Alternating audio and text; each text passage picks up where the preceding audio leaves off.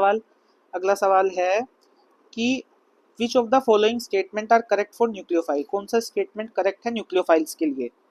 All negatively charge species are nucleophiles. हाँ बिल्कुल सही है।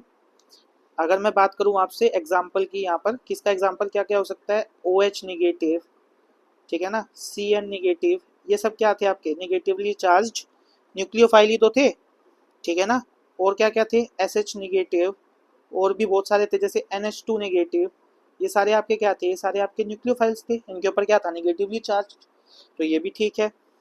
All nucleophiles are Lewis base. हाँ बिल्कुल ठीक है। लुईस बेस कौन होते हैं, Lewis base are those species which donate their lone pair, ठीक है ना।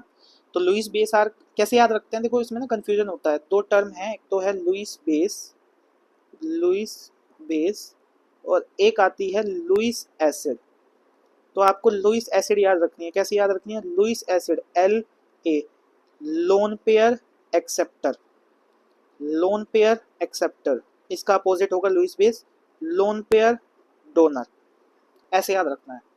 तो अगर न्यूक्लियोफाइल्स की बात की जाए तो ऑब्वियसली वो अपने इलेक्ट्रॉन डेंसिटी ज़्यादा होने की वजह से, ठीक है ना, इलेक्ट्रॉन रिच स्पीसीज होने की वजह से अपनी डेंसिटी को क्या कर सकते हैं, डोनेट कर सकते हैं। तो न्यूक्लियोफाइल्स आर लुईस बेसिस, बिल्कुल ठीक है। एग्जाम्पल जैसे आपसे बात की जाए RNH2, ये भी एक बहुत अच्छा क्या था न्यूक्लियोफाइल, और साथ ही साथ ये बहुत ही अच्छा क्या होता है, लुईस बेस भी होता है।